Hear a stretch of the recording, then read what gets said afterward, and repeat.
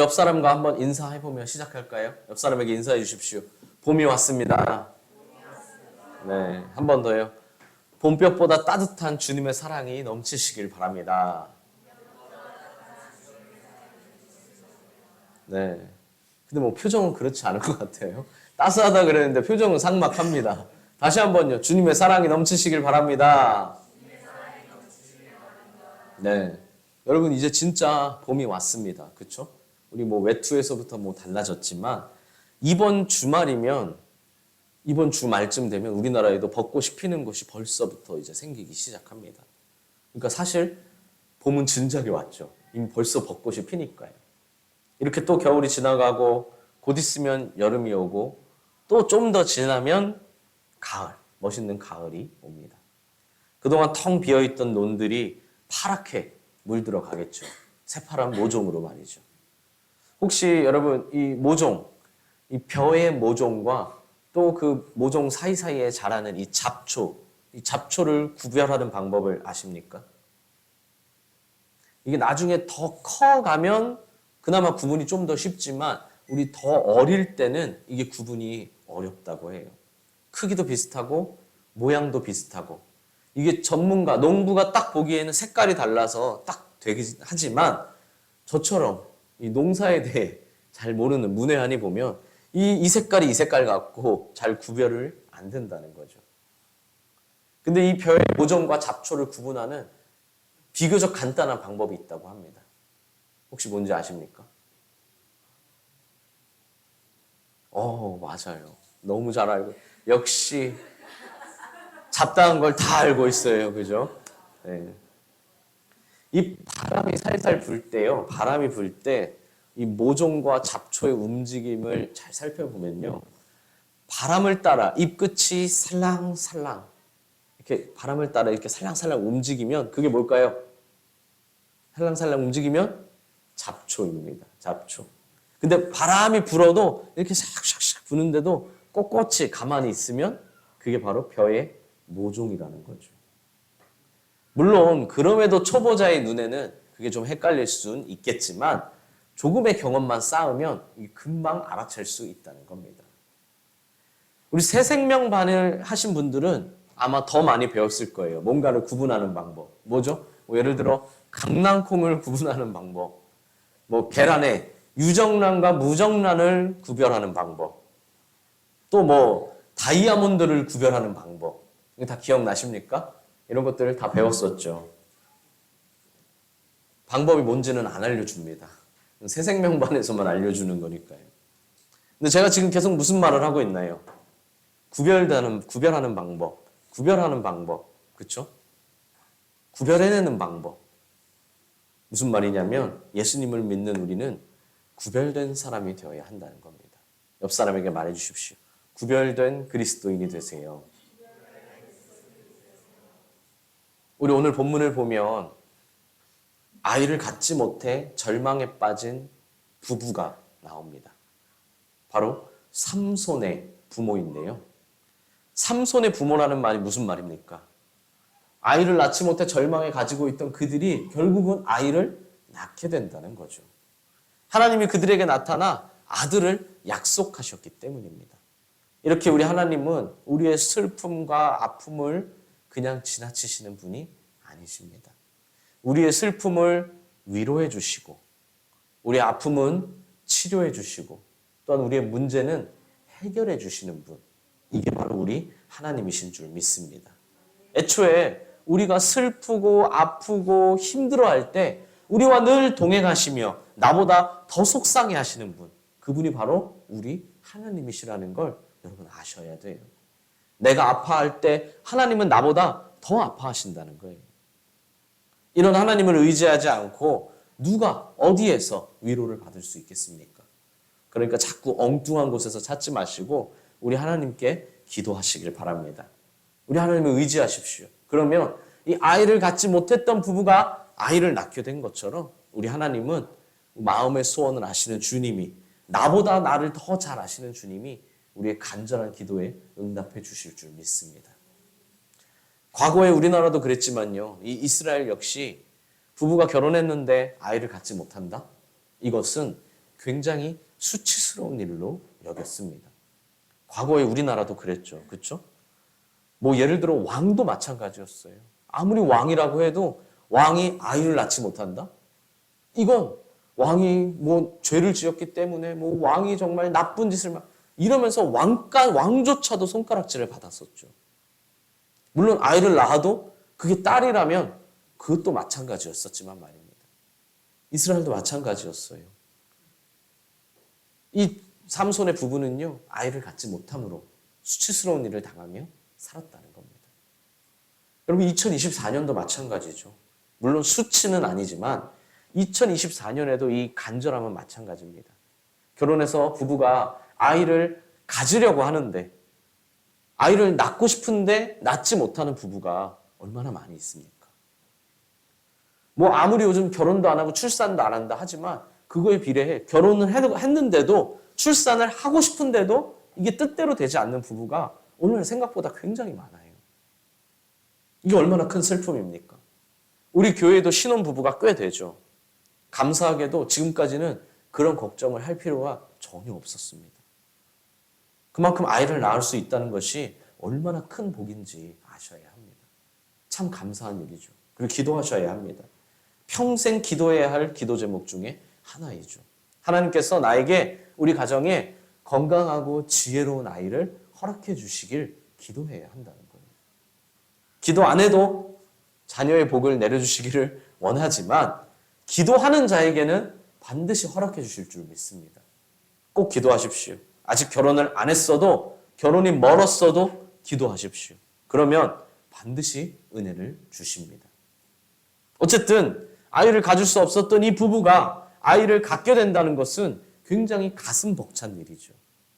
정말 그렇게 간절히 원했던 그 소원, 이 아이를 가짐으로 통해 그동안의 나의 슬픔, 서러움, 이 모든 것들을 단번에 떨쳐낼 수 있는, 그죠? 그동안 나에게 손가락질했던 사람들, 날 욕했던 사람들, 날 비난했던 사람들, 임신하자마자 그 모든 서러움을 단번에 날려보낼 수 있어요. 말로 표현할 수 없는 감격이죠. 심지어 그 아이가, 간신히 갖게 된 이 아이가 하나님이 택하신 아이로서 하나님이 사용하실 나실인으로 이스라엘의 구원자가 된다니 이 부부에게는요, 어마어마하게 큰 행복과 충격의 기쁨이었습니다. 그러나 그 과정은 쉽지 않은 일이었습니다. 이 놀라운 복을 누리기 위해선 구별되어야 했기 때문입니다. 남들과 똑같이 살아가는 게 아니라, 남들과 똑같이 먹는 게 아니라, 남들 하는 대로 나도 똑같이 하면서 살아가는 게 아니라 하나님께서 구별하시기로 결정한 아이이기 때문에 그 아이를 잉태한 엄마부터 구별되었어야 한다는 겁니다. 아이만 구별되는 게 아니라요, 아이를 잉태한 엄마부터, 그 부모부터 구별되어야 한다는 거예요. 우선 포도주와 독주와 부정한 음식을 먹지 말아야 했습니다. 여러분, 술 취함의 위험, 우리 술 취하는 것의 위험을 우리는 너무나 잘 알고 있죠. 목사님, 술 마시면 지옥 가나요? 좀 죄송한 말씀이지만 이런 낮은 수준의 이야기를 하는 것이 아닙니다. 그냥 술 먹으면 지옥 가냐 마냐, 그게 아니라 술은 구별되어 살아야 하는 자와는 전혀 어울리지 않는 것이라는 겁니다. 어쩌면 담배보다도 위험한 것이 술일 수 있어요. 우리나라는 굉장히 담배에는 민감하면서 술에는 굉장히 관용을 베풀거든요. 하지만 어쩌면 담배보다 위험한 것이 술일 수 있다. 또한 태어날 아이는요, 머리를 깎지 말아야 했습니다. 이 아이는 태어날 때부터 나실인이었기 때문이죠. 나실인이란 구별된 자라는 뜻으로서 스스로 구별하여 하나님께 자신을 드리는 삶을 의미합니다. 나실인으로서 일평생 살아가는 사람도 있고요. 나실인으로서 제가 언제부터 언제까지 나실인으로 살기를 원합니다 라고 다짐하는 사람도 있었어요. 대표적인 사람이 누구입니까? 평생 나실인으로 살았던 사람, 바로 사무엘이죠. 사무엘도 이 삼손과 마찬가지로 태어나자마자 나실인으로서 구별되어 살아갔습니다. 이들은 태어나면서부터 죽을 때까지 나실인으로서 평생 하나님만을 섬기다가 생을 마감했죠. 물론 이 둘의 삶의 구체적인 내용은 상당히 비교되지만 말입니다. 둘 중에 누가 형이죠? 누가 형님입니까? 삼손과 사무엘 중에. 삼손과 사무엘 중에 누가 형님입니까? 삼손이죠. 그죠? 네. 삼손은 사사시대 사람이고 사사시대가 끝나면서 이 첫 번째 그리고 마지막 선지자로 등장한 사람이 바로 사무엘이고 그 다음부터 왕정이 시작되니까요. 그죠? 민수기를 보면 나실이는 세 가지를 엄격하게 금기했습니다. 세 가지. 첫 번째는 포도나무에서 나는 소산물을 먹지 말았어야 했습니다. 그러니까 포도주, 이와 같은 것들을 먹지 말아야 했죠. 또한 시체를 가까이 하지 말아야 했고요. 머리를 깎지 말아야 했습니다. 이게 나실인이 지켜야 할 세 가지 대표적인 금기사항입니다. 그래서 삼손은 뭐죠? 태어나면서부터 나실인이었기 때문에 태어나면서부터 머리를 깎지 않았어야 한다는 겁니다. 나실인에겐 그럼 왜 이렇게 까다로운 조건이 있었을까요?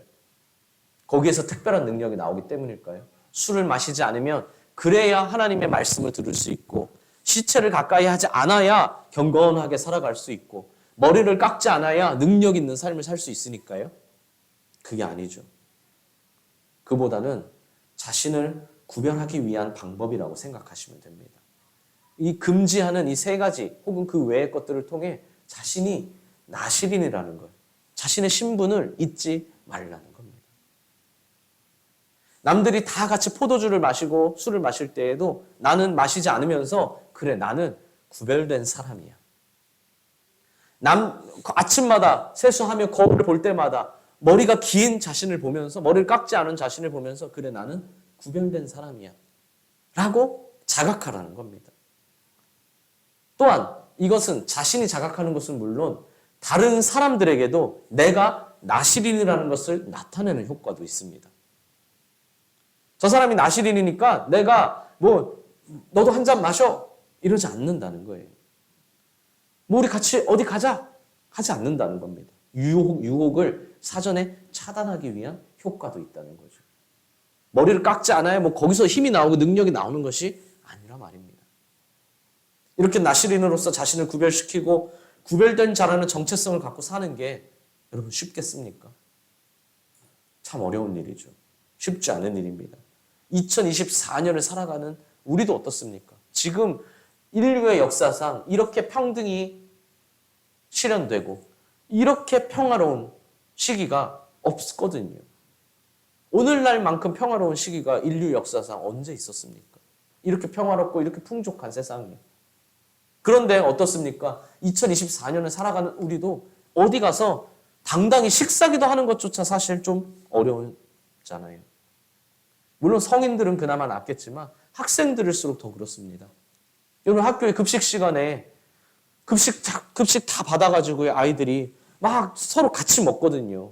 같이 먹는데 야 빨리 먹어, 빨리빨리 가서 빨리빨리 먹는데 혼자 거기서 기도하고 있어 보세요. 여러분 주변에 시선이 따갑습니다. 쉽지 않은 일이거든요. 대학생이 돼도 마찬가지입니다. 친구랑 같이 밥 먹으러 가는데 같이 식판 떠놓고 나는 거기서 기도한다? 제가 날 이상하게 생각하지 않을까? 고민된다는 거죠. 직장에서도 마찬가지죠. 가족끼리 외식할 때도 마찬가지입니다. 가족끼리 외식하러 가서 거기서 같이 기도하고 목사님이랑 같이 교회에서 밥 먹으러 가면 기다리잖아요. 목사님이 기도해 줄 때까지 기다리잖아요. 목사님 언제 기도해 주세요. 근데 가족끼리 가서는 그게 쉽지 않아요. 식사기도도 어려운데 나실인으로 사는 것은 어떻겠습니까? 그러나 여기서 생각의 전환이 필요합니다.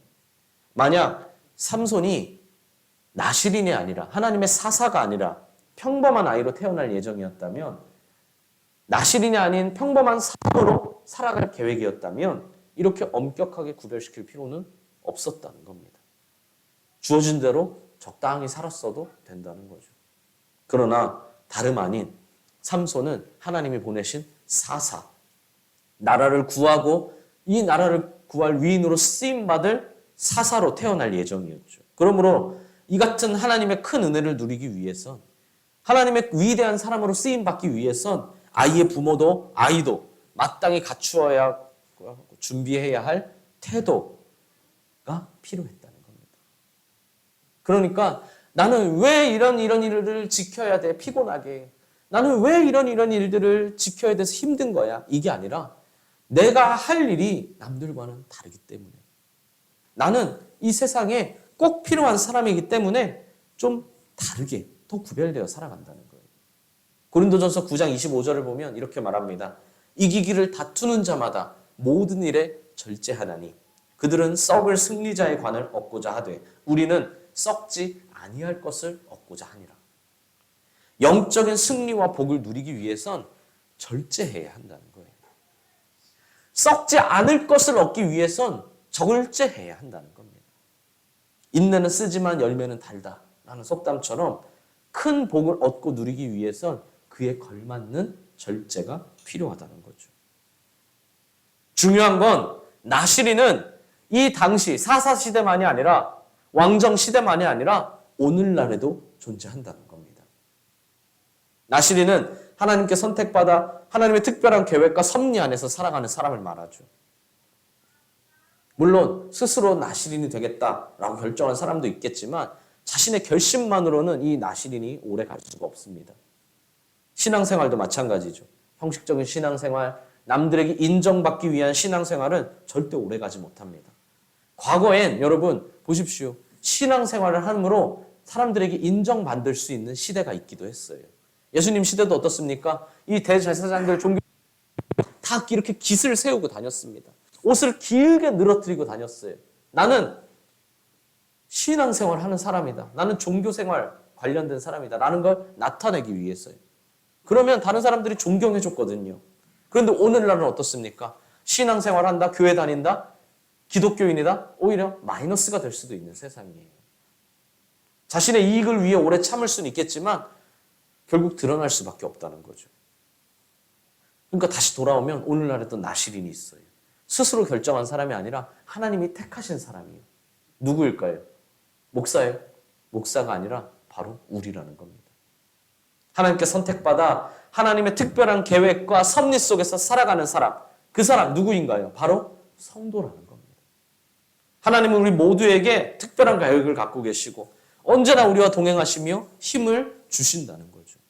여러분, 우리가 나시린이라는 겁니다. 그렇다면 우리도 스스로 구별되는 삶을 살아가야 하고 하나님의 영광을 위해 헌신하고 살아야 합니다.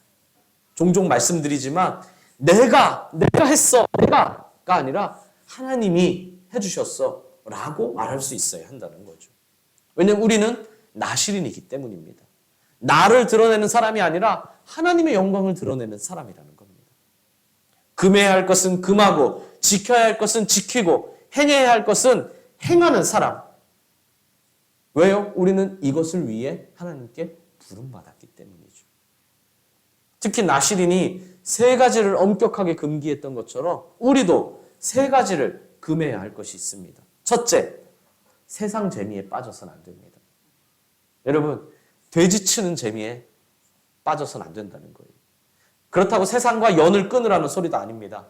일도 해야 되고요. 돈도 벌어야 되고요. 운동도 해야 되고 여행도 가야 되고 취미생활도 좋고 다 좋습니다. 그러나 그것 자체가 목적이 된다거나 그것 하는 재미로 살아서는 안 된다는 거죠.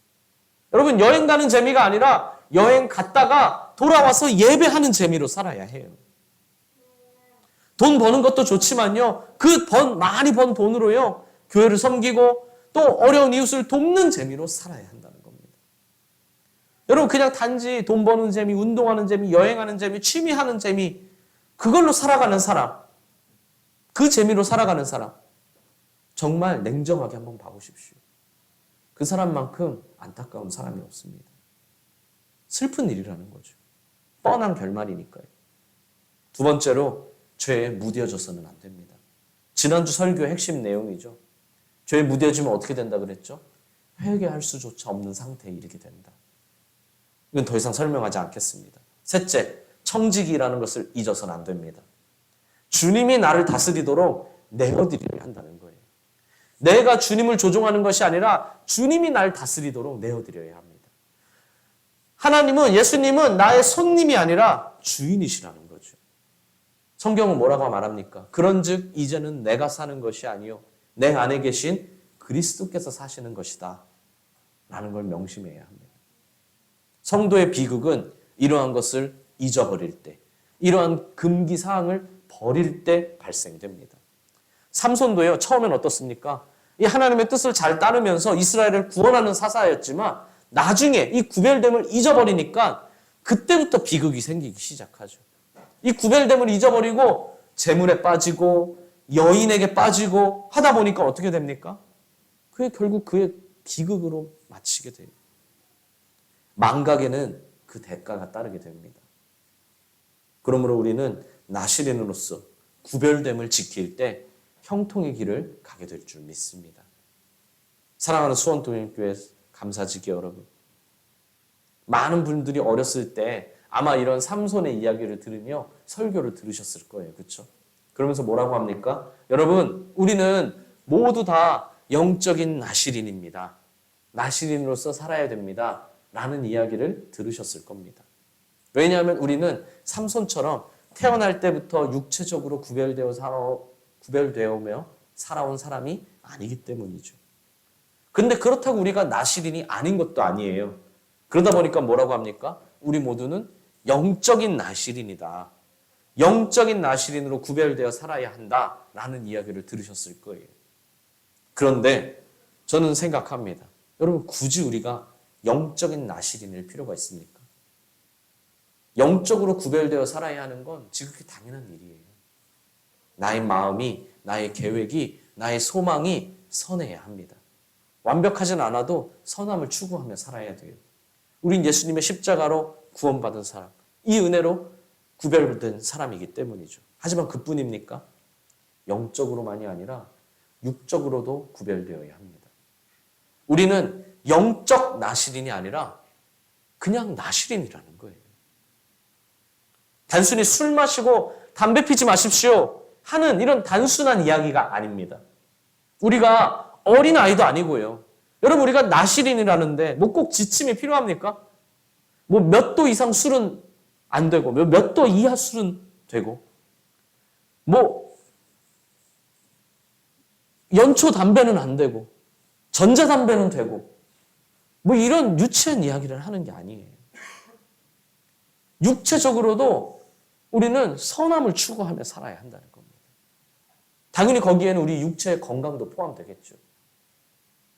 이번 주 더동행에서 살펴보겠지만 여러분, 헌신이란 강요로 되는 것도 아니고요. 저절로 되는 것도 아닙니다.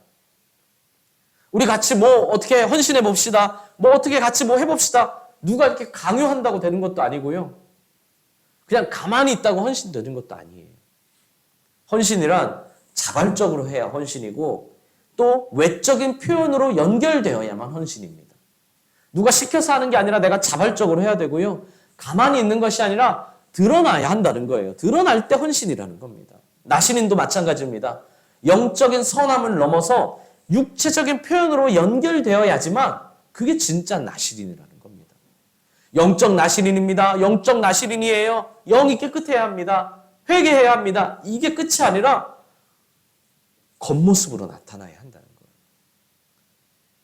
겉모습만 신경 쓰는 외식도 문제지만 겉모습이 전혀 다를 바가 없다면 그것도 문제라는 겁니다.